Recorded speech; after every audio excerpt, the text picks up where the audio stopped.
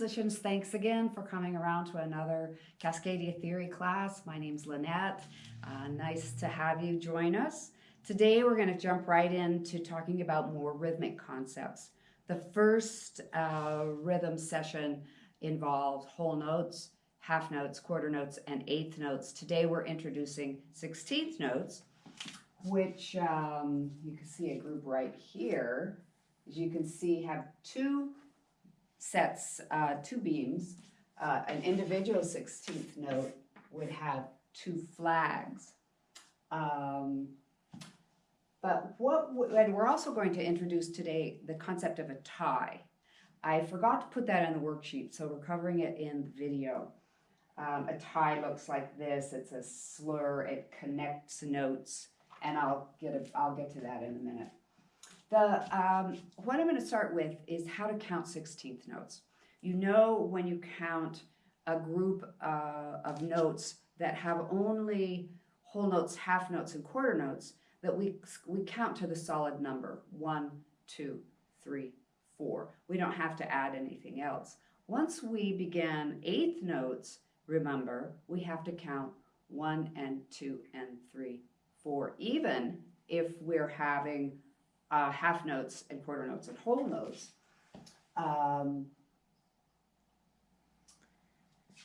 That would be this example number 2. When we count 16th notes, we have to add another syllable. 1A and A, 2A and A, 3A and A, 4A and A. So let's do a little bit of counting here. Here we are with a simple line of music. You don't have to count add ands or 1A and A. You just count to the whole number. 1, 2, 3, 4, 1, 2, 3, 4, 1, 2, 3, 4, 1, 2, 3, 4. You should be pretty good with that by now if you've been doing any practicing at all. The concept of the tie connects two notes across, in this case, across a bar line. If I add the tie, what happens is I play this. 1, 2, 3, 4, 1 is silent because it's connected backwards across the bar line to this. So I don't have the piano real handy, so I'm just gonna, I'll just kind of fluff it here. 1, 2, 3, 4, 2, rest, rest, 1, 2, 3, 4, 1, 2, 3, 4. Example number 2 has eighth notes, and I'm going to point out something here. Look in the middle of this measure, you have 2 quarter rests. Now you might say, well, why don't we just make that a half rest in the middle of this measure? There's a kind of unwritten method or unwritten idea that it's really good for the eye as you're reading music to see where the middle of the measure is if you're in 4/4 time. To see where the strong beats. Remember, we have a strong beat on beat 1 and a secondary stress on beat 3. 1, 2, 3, 4, 1, 2, 3, 4 in 4/4 time. So in this instant, we would kind of want to see where this third beat is. If you're reading a long line of music and you're counting, it's going to be really helpful to see it like this. We have to count it with the and because we've got this group of eighth notes. 1 and 2 and 3 and 4. 1 and 2 and 3 and 4. 1 and 2 and 3 and 4 and likewise, if I add out here a whole note, we have to count the whole thing. 1 and 2 and 3 and 4 and. It's really easy at the end of a piece of music when you see that whole note to just play it and then drop it. So you have to count it out according to the fastest note, which is in this case is the eighth note. You can also call that the smallest note value in this context. So we're coming to 16th notes here. Here's a group of 16th notes. We count this 1, A, and A. I'm not going to include all the other numbers because you already know how to do that. But this is our fastest group value, fastest notes. It's also the smallest subdivision of the beat. So that's how we have to count according to the smallest. So the eighth notes over here, we just can't go 1 and 2 and 3, 4, 1, A, and A. It's really important to count according to the smallest. 1A and A, 2A and A, 3A and A, 4A and A, 1A and A, 2A and 3A and A, 4A and A, 1A and A, 2A and A, 3A and A, 4A and A. This is an eighth connected to 2/16. It equals 1 beat. Look what we could do here. What if I tied that? 1A and A, 2A and A, 3A and A, 4A and A and A, 2A and A, and so on. Okay, number 4 has a dotted quarter, which you remember is the same as a quarter. It's another use of a tie tied to an eighth, because the dot adds 1/2 of the original note value. Doesn't matter what kind of dotted note it is. The dot adds 1/2 of the original note value. In this case, it's half plus a quarter. In this case, it's quarter plus an eighth. If I were to use a tie, it would look like this. Let's see, our fastest note value is a 16th note. I think I won't have the 1 here.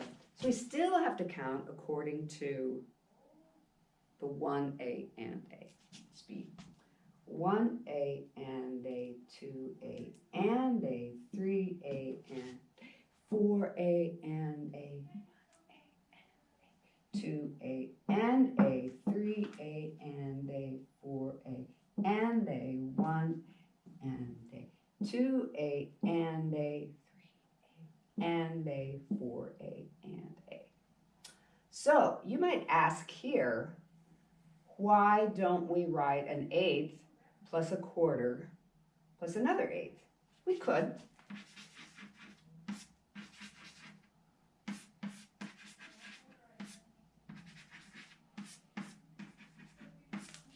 But I bet when you're counting this, if you see this, you'd be more likely to make a rhythm mistake than if you see this. This is another one of those instances where we want to see the middle of a measure. Now, if you're a jazzer, a jazz player, you're going to be used to reading this kind of syncopation.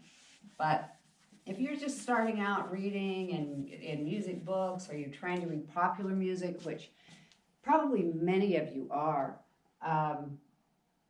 you're going to be happy to see it like this, and you'll probably, that's probably what most publishers will do. Okay, I'm going to do something really fun here.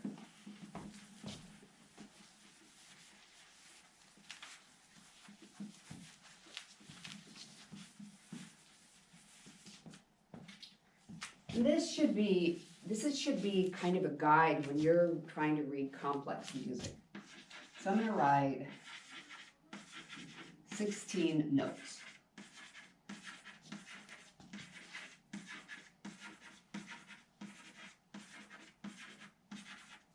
And they're going to be 16th notes. I think I have the right number. 2, 3, 4, 5, 6, 7, 8,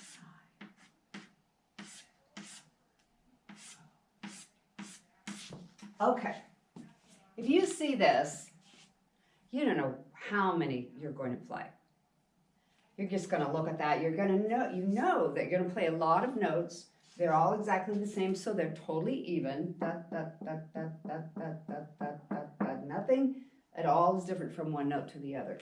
But you can't tell where the beats are. We're still in 4/4 time. Publishers and the convention of written music is that the beat, each beat is individually squared off in its own little universe.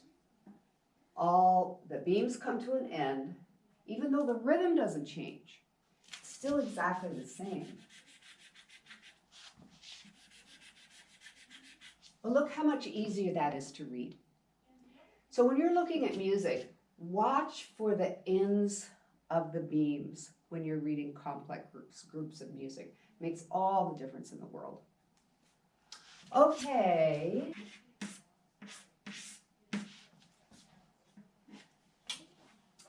If you're playing these, the relationship of the first note to the last note between this one, and this one, and let's even write one more.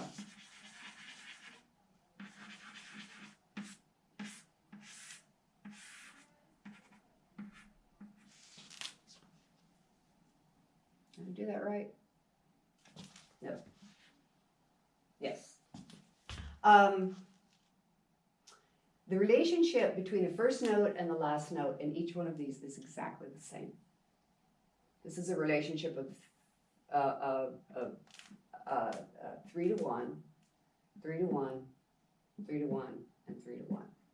So this is counted 1, 2, 3, 4, 1, and 2, and 1, A, and A, 1, E, A, E. So you're not going to see this kind of rhythm unless you're reading maybe complex Baroque music or complex orchestral scores or chamber scores. But the relationship of 3 to 1 is when you've got a dotted note, is you can simplify it by going to the note that has the next note value larger. So this is an eighth, actually. I could write this like that. But you're more likely to see it with the beams like this. So this is a dotted eighth. This is a dotted quarter. This is a dotted half. Down here is a dotted 16th. I hope that's helpful for you too. There's one more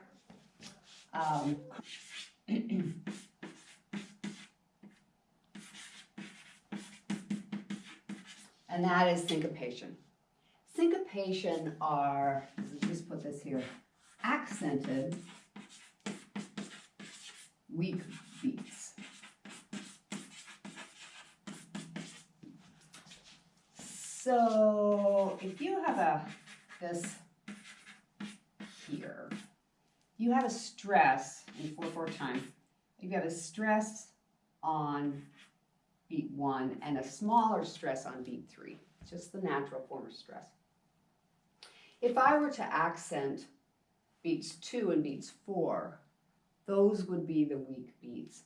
And we wouldn't necessarily see a lot of syncopation in quarter notes, but you sure see a lot of syncopation in eighth notes.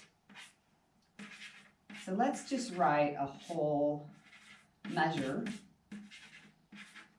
of eighth notes. So right now your stress is on 1 and a secondary stress on 3, 1 and 2 and 3 and 4. But look what I can do here. Negate that stress and put the stress on the weak beats.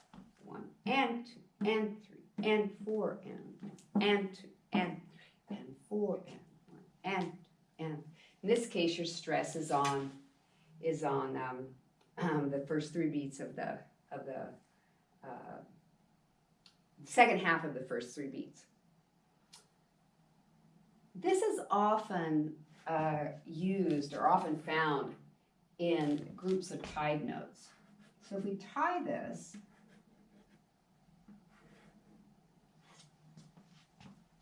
one and, one and. So we're still counting 1 and 2 and 3 and 4 and 1 and 2 and 3 and 4 and. That's what syncopation is. You find it all the time, of course, in jazz and popular music. It's filled with syncopation. So is classical music. Thanks for joining us for these music videos. Thanks to Cascadia, and we'll see you next time. Bye.